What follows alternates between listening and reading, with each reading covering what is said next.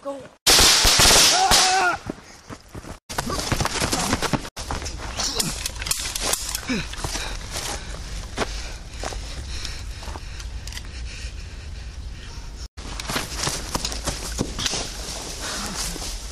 Майко, човек.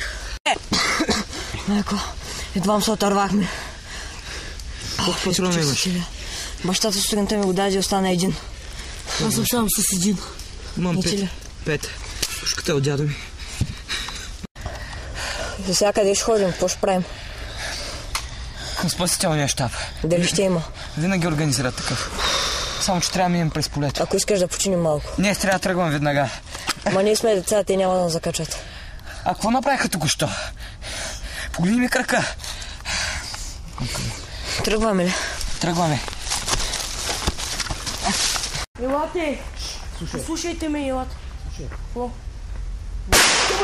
Браво! Жив ли си, човек? Не! Ари, тръгваме. Ама да го оставим него. Да.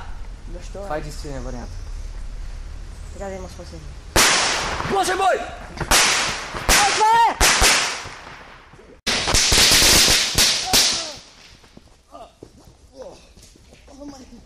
Чули нещо? Чувам човека. Това са мухи, бе. Не са мухи, бе. Не трябваше да оставим Любо.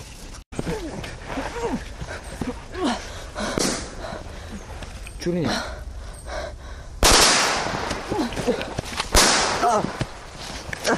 Летаме, човек! Къде? Его! Самолети. Чуваш ли? Да, натам са. Мръсни гадове. Това е за семейството ми! Топлята мръсни! Самолети, чуваш Падна ли? Падна ли? Оцели го! Още един! Прицел! Има, там Още! Стреляй! Не мога да се прицеля! Това пистолет ни няма да стане, пък и патроните ви свършка. Оцели ли ги? Мисля, че да.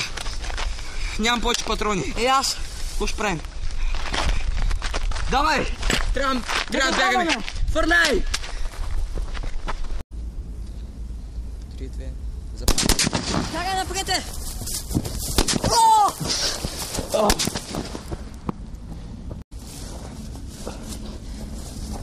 Тут стая. Оцелита? Да. Къде? Сърцето. Просто кажи на сестра ми.